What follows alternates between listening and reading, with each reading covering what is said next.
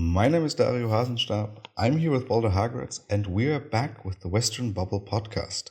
Today, we're talking about the United States Supreme Court.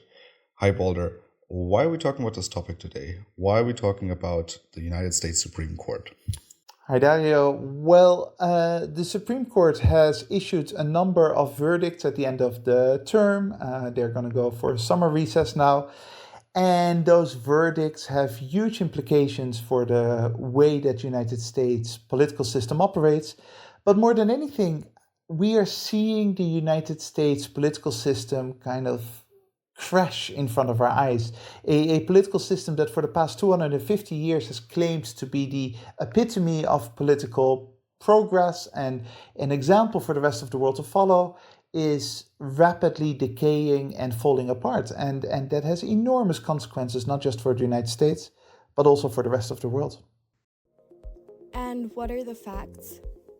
The United States Supreme Court was established in Article 3 of the US Constitution. There have traditionally been 9 justices appointed by the sitting president and approved by the US Senate. Traditionally, the court has enjoyed high approval ratings. However, ratings have dropped from the high 60s in the late 1980s to around 40% in the early 2020s. One major reason for this is the increased politicization of the US Supreme Court in past years. The court has also been rocked with ethical scandals in the past few years. Some revolve around politics, such as the failed nomination of Merrick Garland to the court in 2016, compared to the speedy appointment of Justice Coney Barrett in 2020. While some deal more with corruption, like the expensive gifts that Justice Clarence Thomas has received and failed to report in his 30-year tenure on the court. Questions of ethics and politicization came to a head on July 1st when the court ruled that President Trump enjoys immunity for crimes committed while in office. What is the bubble? So, for transparency, we are recording this episode on July 1st. So, the decision by the US Supreme Court is about 6 hours old. And also for transparency, and no surprise to regular listeners, we are not lawyers. We are not experts on constitutional law in the United States, right? We are discussing the overall implications, particularly from a Western bubble perspective on this topic. Yeah, and it wouldn't be particularly interesting for people to listen to us parsing one particular judgment, right? One particular verdict, especially about the United States, but to be honest, about any other country either. We are not legal scholars. That's not what we're here to do. We do comment, and we can comment on broad tendencies, political tendencies, and the Supreme Court has actually become a political piñata. It has become part of politics in ways that is extremely unhealthy for the operations of US democracy, especially because if you think about the crown jewel of the US Constitution, of the way that the US political system has been set up, the crown jewel is the separation of powers. It's the 3 independent branches of government, the executive, the legislative, and the judicial. So the executive is the White House, the legislative is Congress, and the judicial is the Supreme Court, and then the other branches of the legal structures. They are supposed to exist independently from each other in order to keep each other honest. And that is collapsing in front of our eyes. We see that the Supreme Court has just become part of the political infighting between conservatives and liberals, and that would make the founding fathers turn in their graves, no doubt.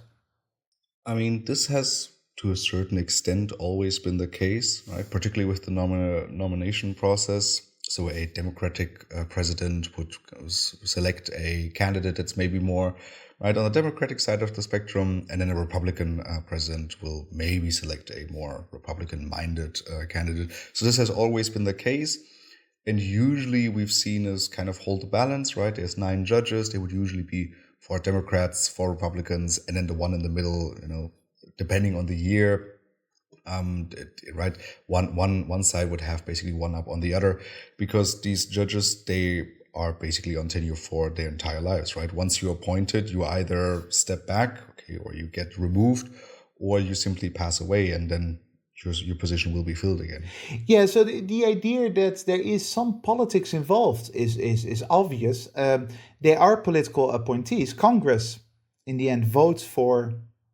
So the executive, the White House, nominates a potential justice, and then they have to go through hearings, and then they go through Congress, and they get confirmed.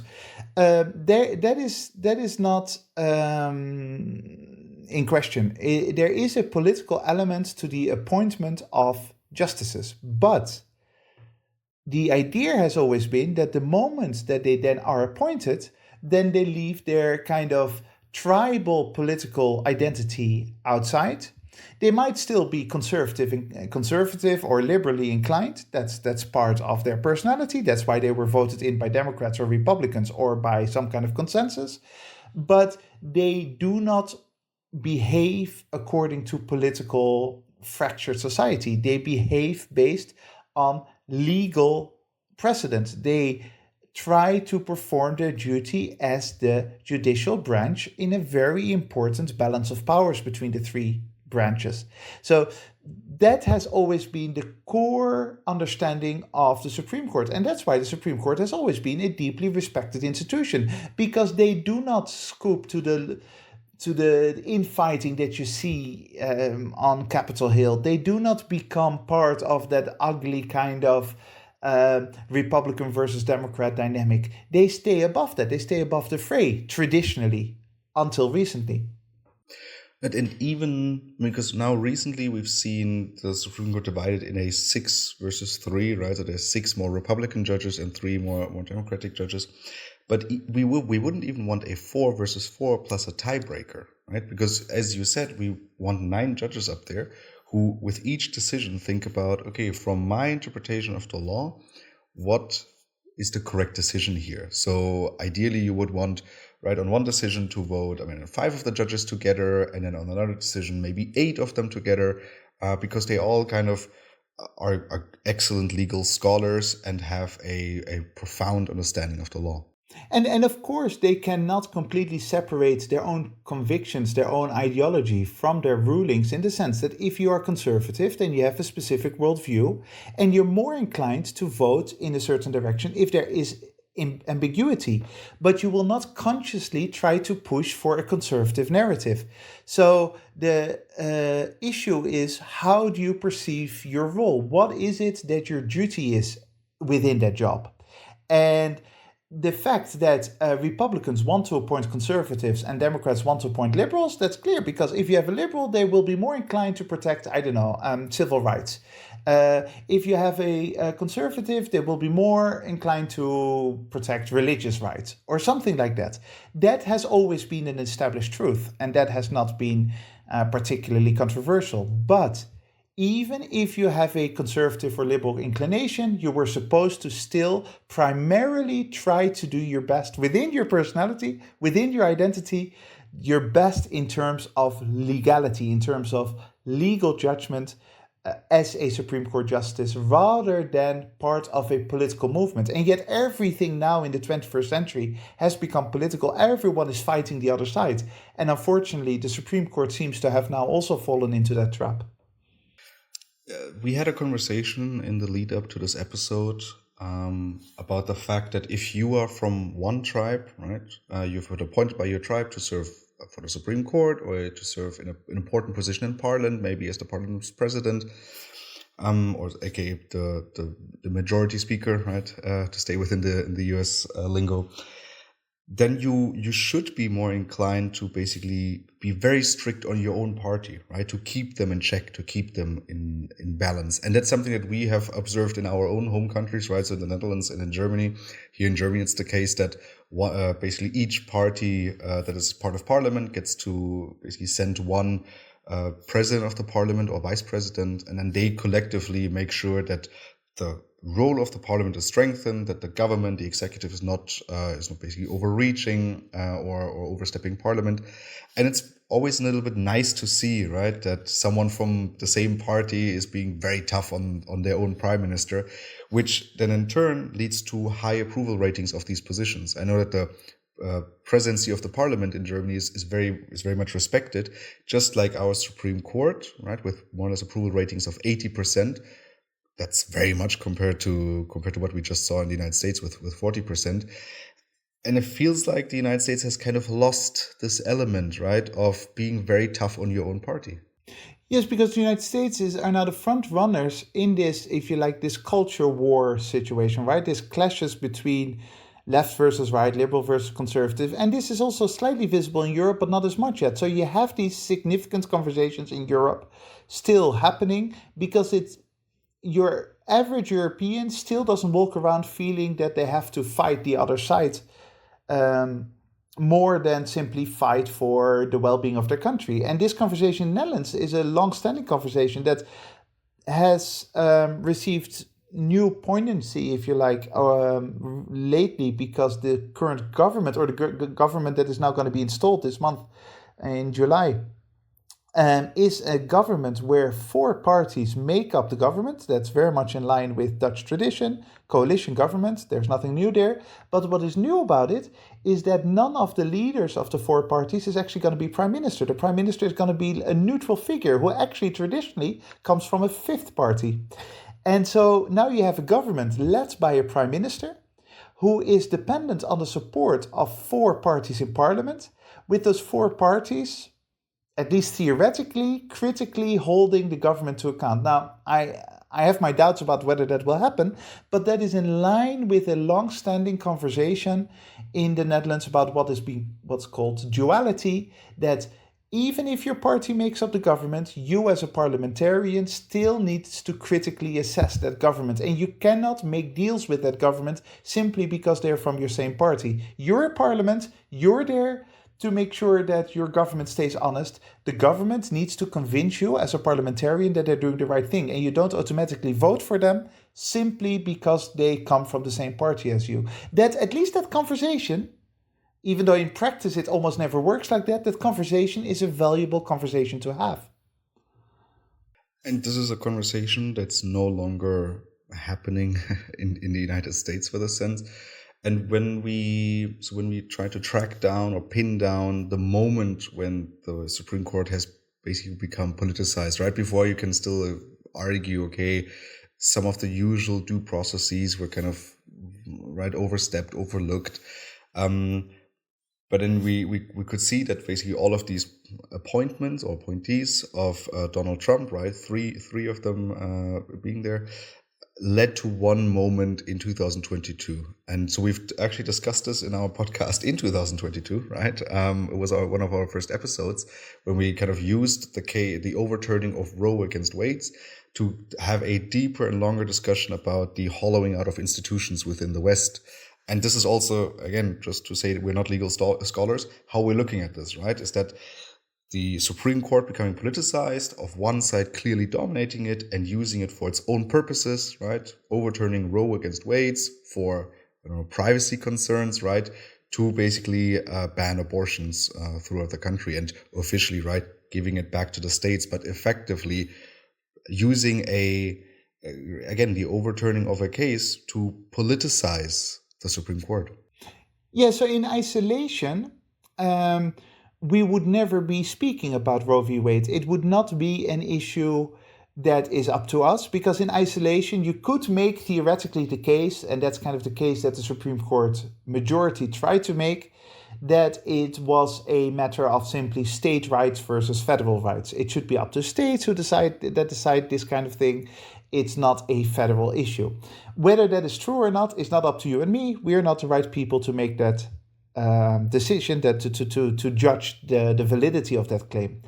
But Roe v. Wade, abortion has been for a very long time, certainly since Roe v. Wade, has been the third rail of American politics. It's been the thing that is basically almost defines the identity of both sides, right? One side arguing that the other side are baby killers, basically every year are responsible for the death of millions of lives through abortion, and the other side arguing that they are defending women's rights and the right to choose, and that a overbearing state determining that is basically infringes upon what individualism and democracy should be about. So you've got this enormously important clash, and here comes in the Supreme Court that could have absolutely decided not to deal with this case. The Supreme Court has significant leeway in deciding which cases it takes up and which cases it doesn't.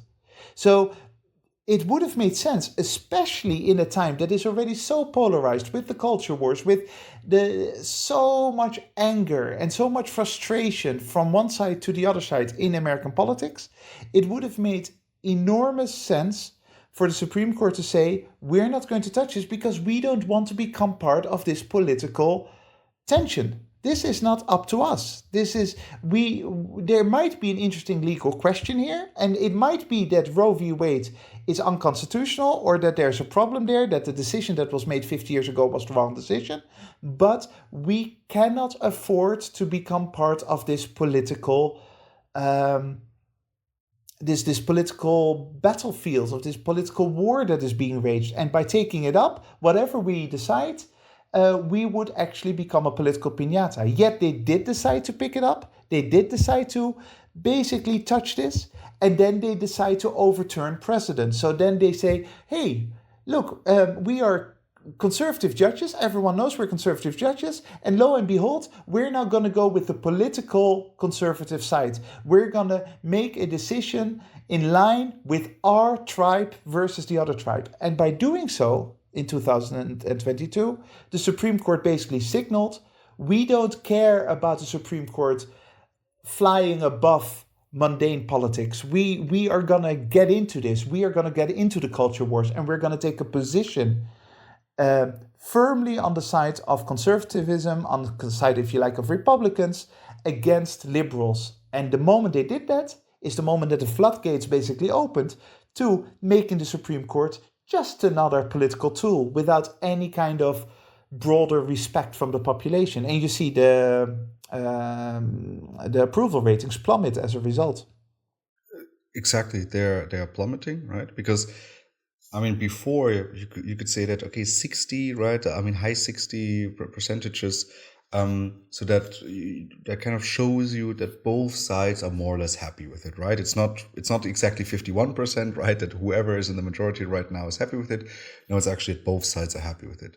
I'm sure that now the Supreme Court has lost at least the Democratic side to a large extent. And I think today's decision, the one on Donald Trump, right, and to what extent he can actually be held accountable for his actions in office, is not helping the Supreme Court in kind of regaining trust and legitimacy. No, so again, the same argument works here. If it was just in isolation, this one specific judgment, it wouldn't be up to us.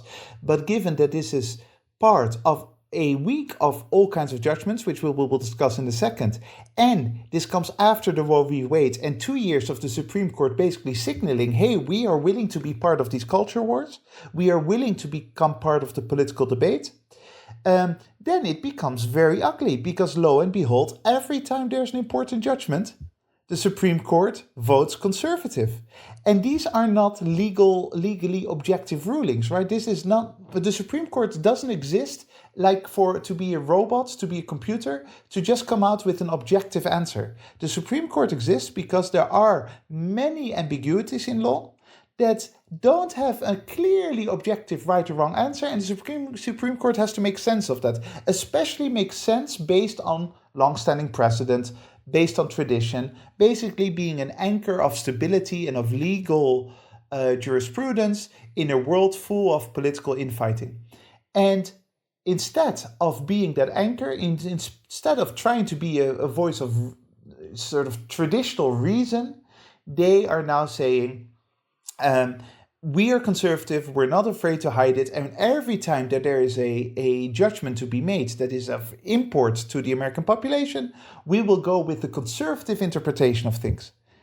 And that is incredibly scary. And then you notice that it very often, not always, but very often, goes exactly along with party lines. The three liberal judges, at least appointed by liberal presidents, they vote against the majority, and the majority consists of the 6 conservative judges, the ones who were elected by Republican presidents.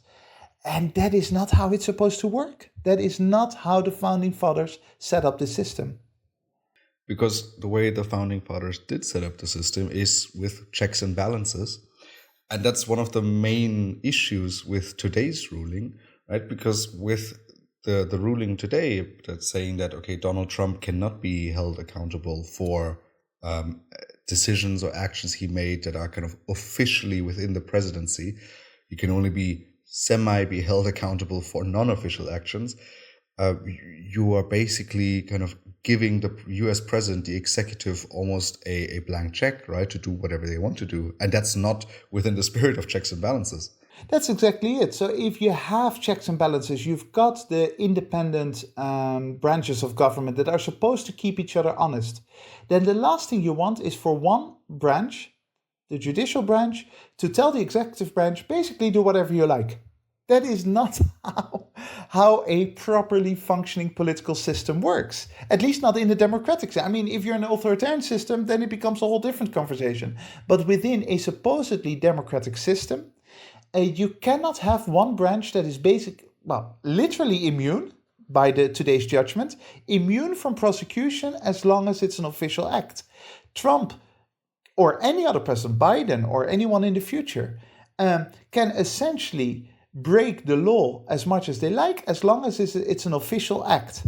And then at that moment, the Supreme Court says, well, this is not up to us. We are not here to interfere with the other branch of government. Well, they are supposed to interfere with the other branch of government. They're supposed to keep the other branch of government honest. That's why they exist in the first place. Something that we've mentioned in the past is, right, we're not taking any sides here with or left, right side of the spectrum, right? The reason why we're criticizing the Republican side in today's episode is simply because they are the ones doing it right now. However, one of the big worries is, yes, I mean, Donald Trump can now basically do what he wants in case he gets reelected. However, Donald Trump is, right, we've called him a clown before, and I think we can do that, right? He's not necessarily intellectual, an ideologue who actually has an agenda to dismantle the government for his ideological reasons. It's very much for personal reasons, for personal gain, but not for those. A big problem here with today's ruling is that no matter which side, if there is or happens to be a really intelligent person with a very clear ideology who has an interest in dismantling the government and maybe establishing more authoritarian ways of governing, then they are absolutely able to do so right now. And there's fewer checks and balances on this than before. And this could be from either side, right? This could be an extreme Democrat or an extreme Republican, if you want to call him that. And this is exactly the criticism at the end of the first term of the Obama administration that existed. So even though I think it's fair to say that we as Europeans would be probably politically more aligned with the Democratic Party than the Republican Party, not on everything maybe, but in general, Europeans, from a European perspective, the Democrats would be right of center and the Republicans would be really, really extreme right. So in that sense, I think intuitively we would probably side with the Democrats. The whole point is that it's not about tribalism, and we care about the institutions more than political intuition, right?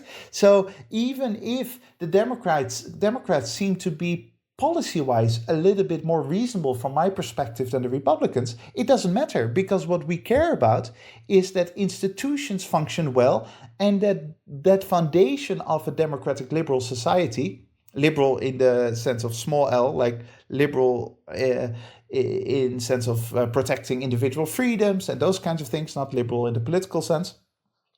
A liberal democratic society requires the institutions to be honest, requires institutions to fulfill their function.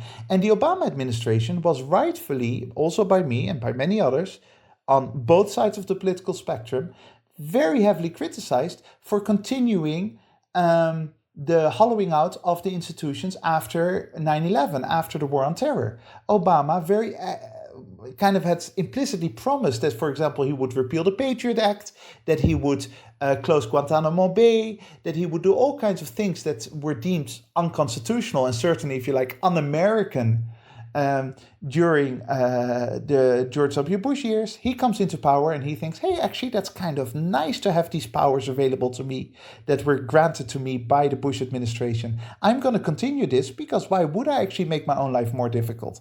And as a result, people like me really started disliking Barack Obama for exactly that, for not understanding that he had a duty above politics.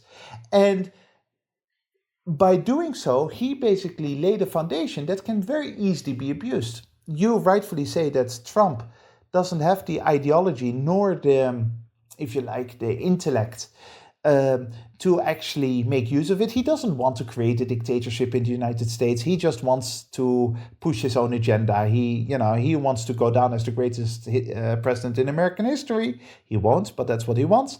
And he wants to, make sure that his business does well, that he profits from it, those kinds of things. He doesn't have an image of some kind of fascist dictatorship. However, a more intelligent Trump character, a more ideologically inclined Trump character, would actually be able to use the decisions by George W. Bush, the decisions by Obama, and now the decisions by the Supreme Court to actually fundamentally alter the political makeup of the United States. Mm-hmm. One of the other cases that has been decided upon by the Supreme Court in recent weeks was basically this case on how the individuals involved in the storming of the Capitol on January 6th of 2021, how they should or could be trialed, right? So there was this case that federal prosecutors overreached when they used an obstruction law to charge hundreds of these rioters, and the Supreme Court ruled on it in a favorable way, basically towards the rioters, particularly in a case that could also infect Donald Trump. And here we again have that negative or that bad aftertaste that Donald Trump himself appointed 3 of the Supreme Court justices, right? So there's yet another case that kind of gives you this bad feeling. As you said before, if this was a standalone case and there wasn't this pattern that we are observing for a few years now, then, maybe these justices are right. Maybe they have a good point here. But given that this is one of many examples, I'm becoming increasingly concerned for the United States.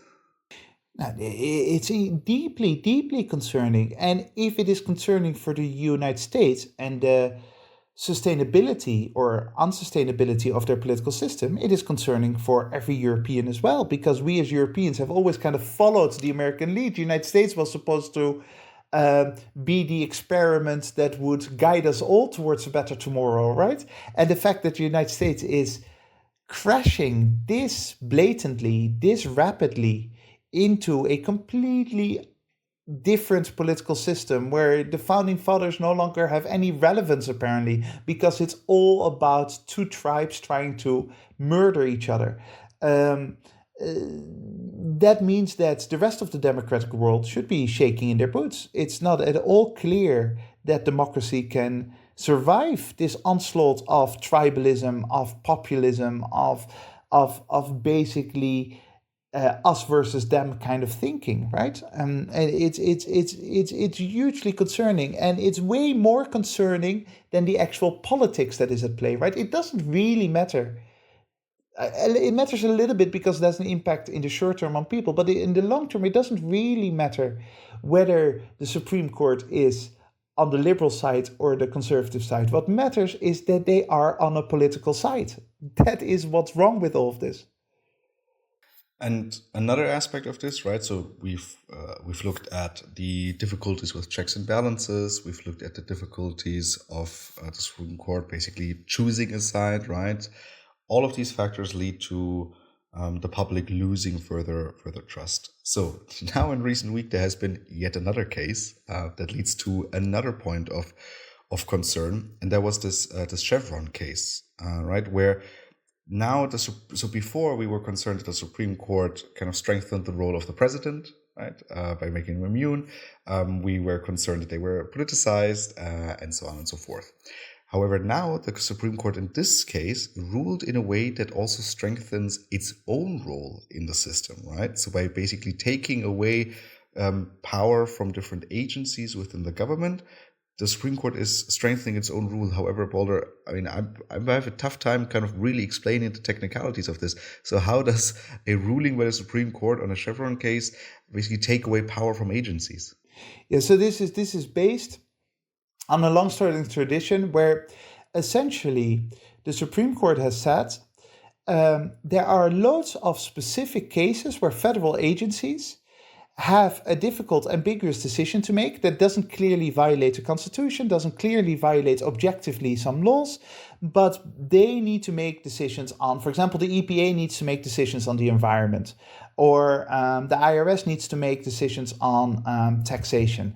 And those decisions are complex, require a lot of expertise, require a lot of knowledge about minutiae. That is not what we as the judicial branch exist for, in the sense that these are political, ambiguous choices. We as the Supreme Court are not going to interfere with those as long as the Constitution isn't violated or anything very obvious.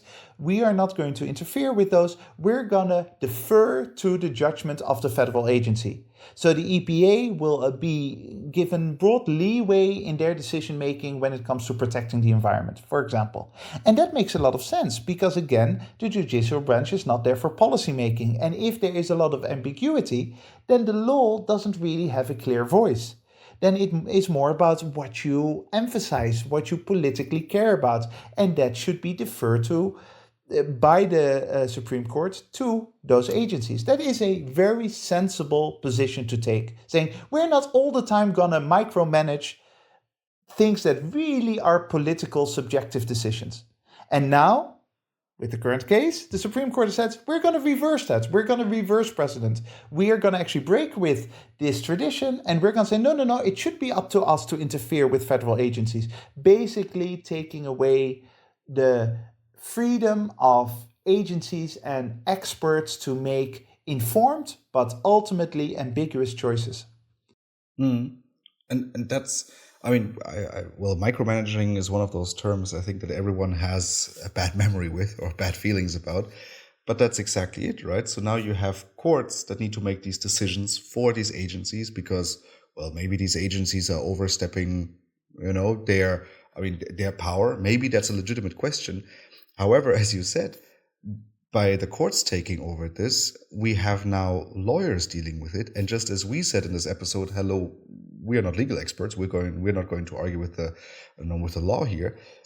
But the court should be doing the same, right? By saying that, hello, we are not environmental experts. We don't know whether this, was a violation of this and whether this should be fined in a certain way.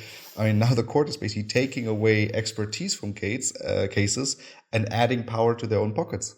Exactly. The only thing they should be doing is checking if it blatantly, objectively violates the law. That's it.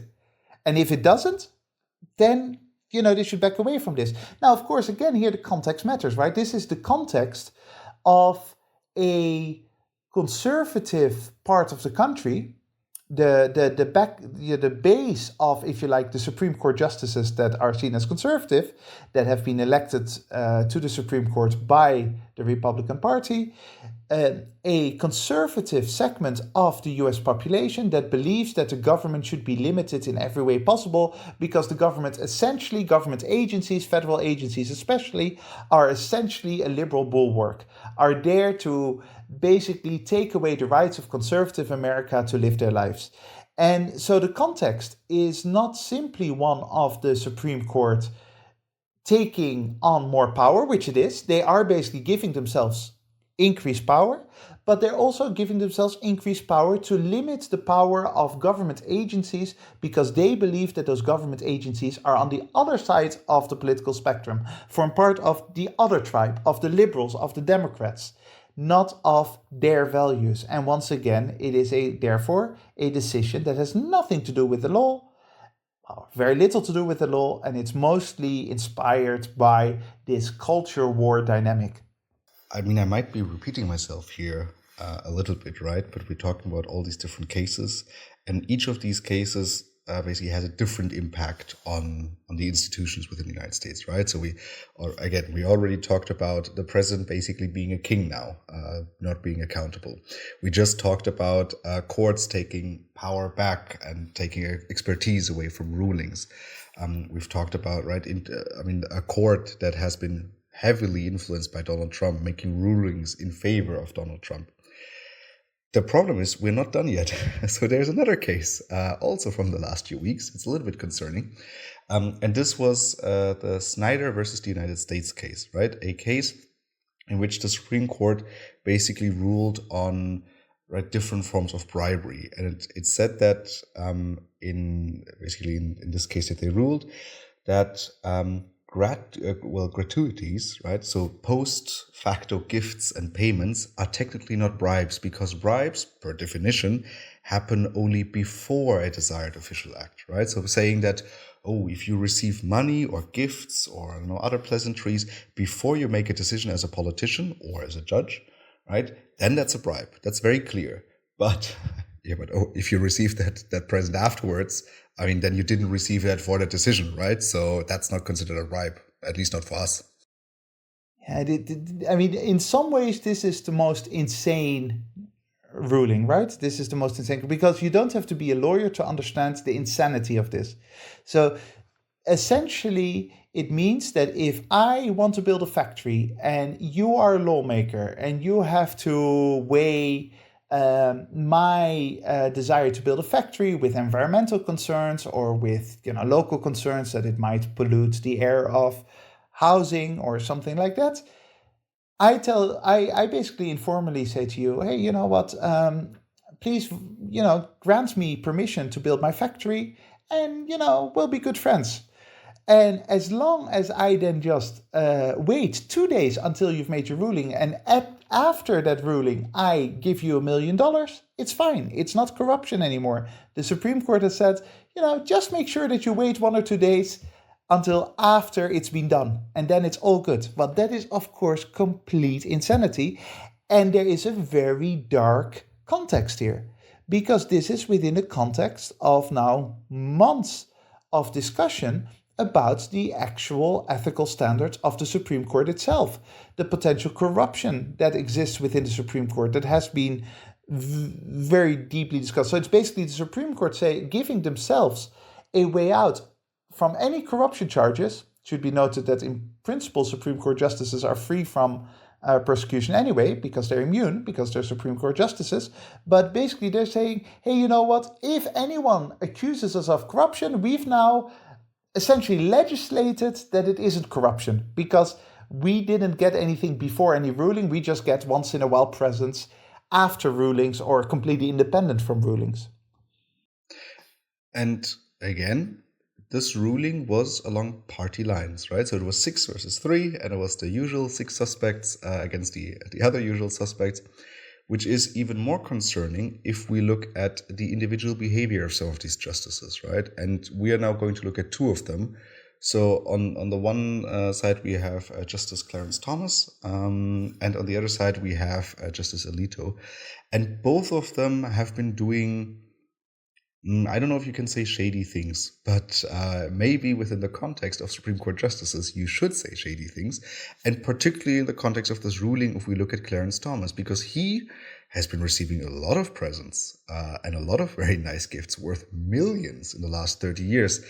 You could never really say, well, which one belongs to which case, but it's a bit concerning that a Supreme Court justice has some billionaire friends who regularly give them gifts, and then they receive rulings that are coincidentally in their favor.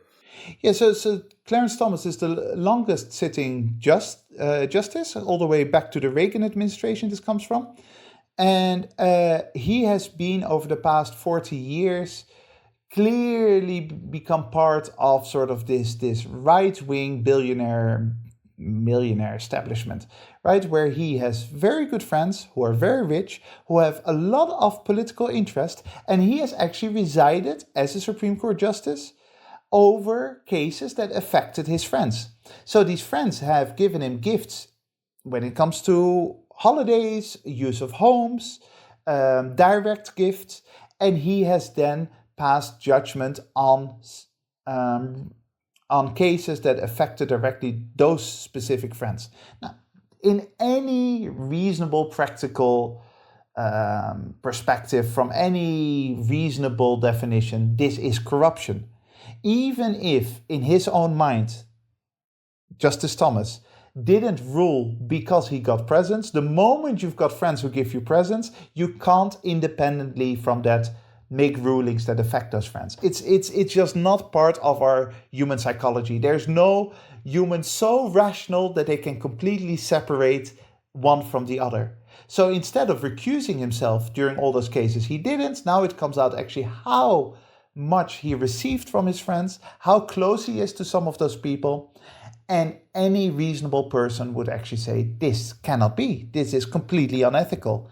And yet they've just, after this whole debate, after this whole discussion, they pass a law to basically say to the world, well, sorry, we just legislate. We're the Supreme Court, but we're legislating now. We're not just ruling. We're creating essentially laws that define corruption, bribery as something that can only happen directly before the fact of corruption. Afterwards, it doesn't matter anymore. So it's very, very concerning. It is basically a Supreme Court that is running amok, and something that raises very serious questions about the health or the lack of health of the American system.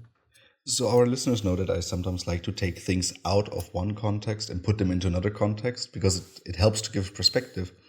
If this was the behavior of a court in a country receiving development aid from the West, I am pretty sure the West would start whacking its finger and say, hey, listen, one second, hold up.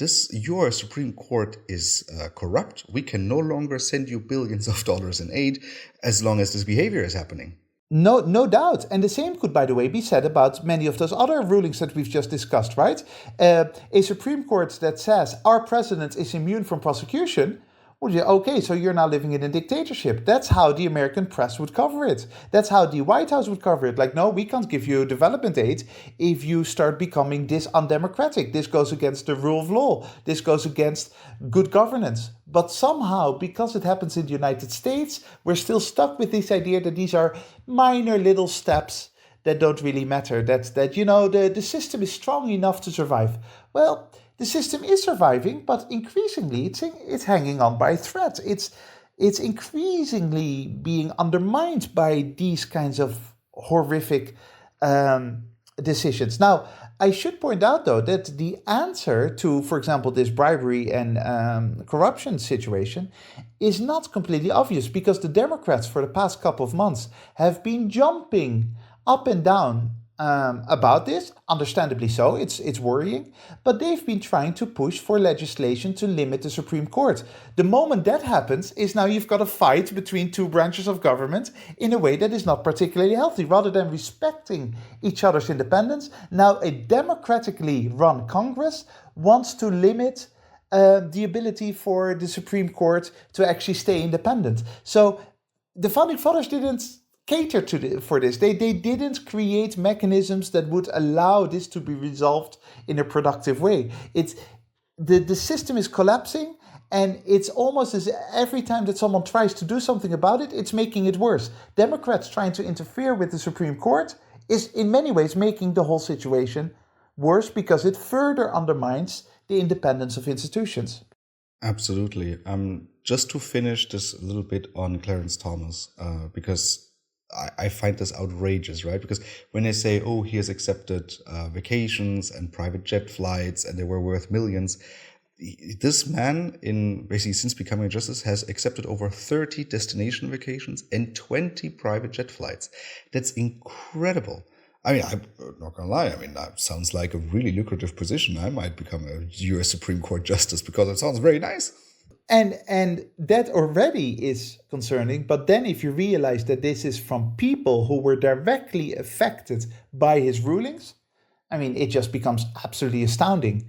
And it is from one of the justices who is most known for his hardcore conservative views, who is very much part of one clear group of politicians and business leaders who have a very specific, if you like, non-universal vision of what the country should be like. I mean, just to mention some of his best friends, we're talking about the Koch brothers or Harlan Crow, right? So those are GOP mega donors, and these are not politically neutral. These are people who are pumping millions and millions into the Trump campaign, into right-wing causes, into repealing Roe v. Wade, into all those kinds of things, right?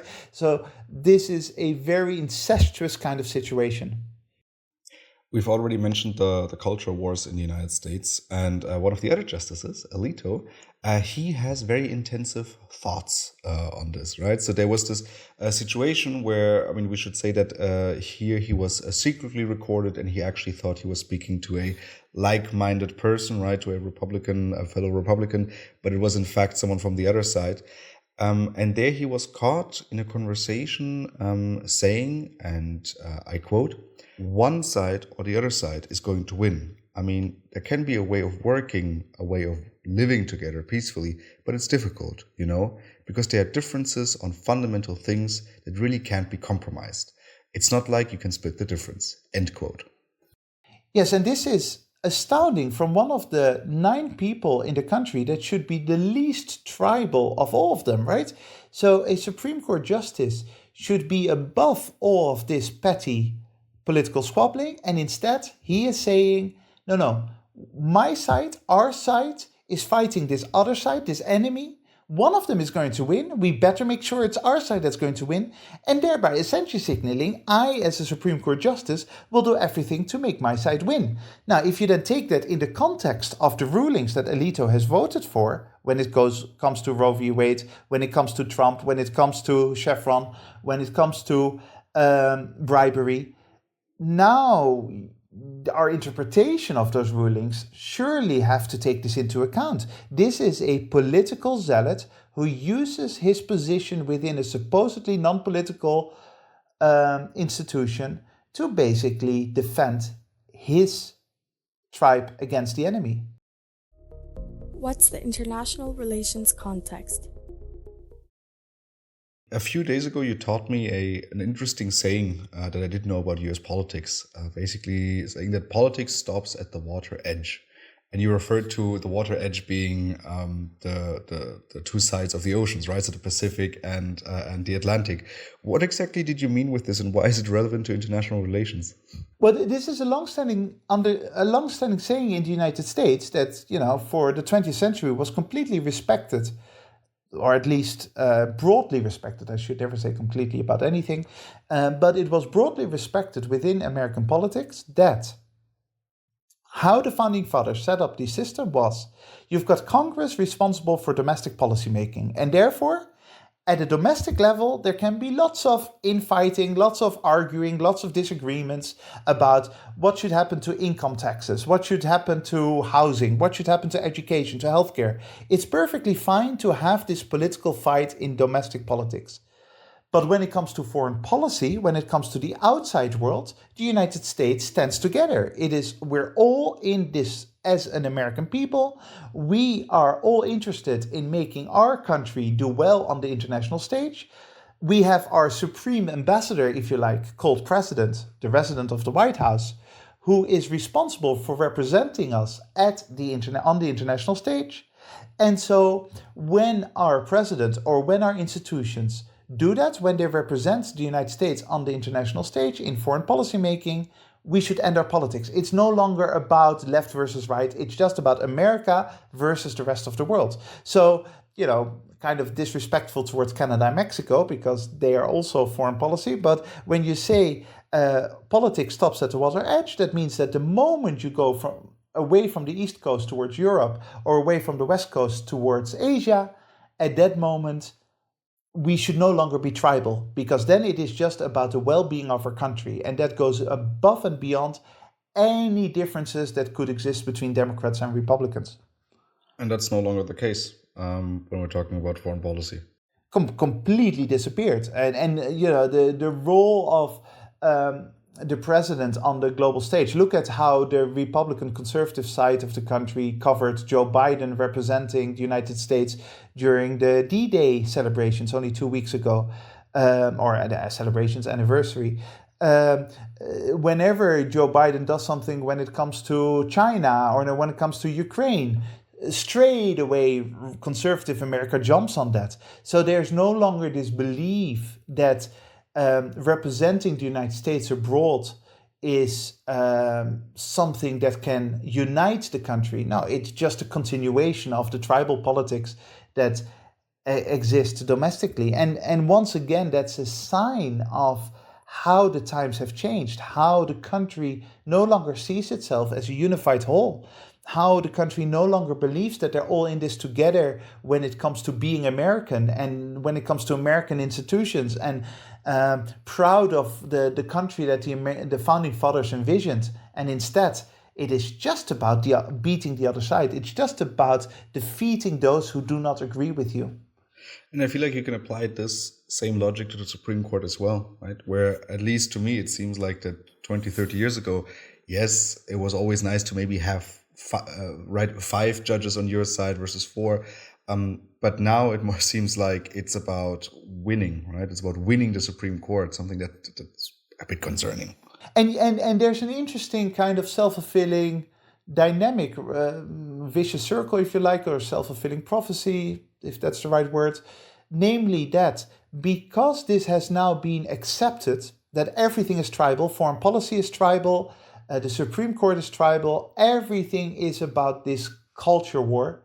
You will no longer have legal minds, scholars, justices, who try to be neutral, who try to take their job seriously from a foundational perspective, who say, hey, I might lean a little bit conservative, or I might lean a little bit liberal, but that doesn't matter. As a judge, I have a responsibility towards the country. As a diplomat, I have a responsibility towards the country. That no longer happens because that is no longer the road to success. If you want to get a promotion, if you want to get to the Supreme Court eventually, you don't want to be seen as a neutral defender of the well-being of your country. You need to be seen as part of one of the two tribes, because that's the only way that one of those two tribes will support you in becoming a Supreme Court justice. That's the only way that one of those tribes will support you to become an ambassador, to become a civil servant, a high-ranking civil servant within the State Department or anything like that, right? So you now have an entire generation of young, up-and-coming, undoubtedly intelligent people who are being told, they receive signals that their way to become influential, their way to become successful and to do their job properly, in air quotes, is to actually choose one of the two sides. And as such, it becomes a horrible vicious circle that it's very difficult to see how the country can get out of that anymore. Because if all those people no longer learn that there is something that goes above politics, that goes higher than politics, then democracy is doomed. Democracy doesn't have a future like that. And can you explain to our listeners what is the problem? What a nice transition towards the damage, right? Because if you end with democracy doesn't have a future, I think that's a very nice headline for all the different problems and damages that we've discussed throughout this episode already, right? Is that the US president is now basically as untouchable as a king. Bribery is now essentially legal, right? The courts are taking power away from the agencies, and with this also taking expertise away from different rulings. We're looking at a whole set of institutions that we really like, that we really enjoy, being completely hollowed out. Yeah, and this is one of the issues that I think people don't always realize sufficiently.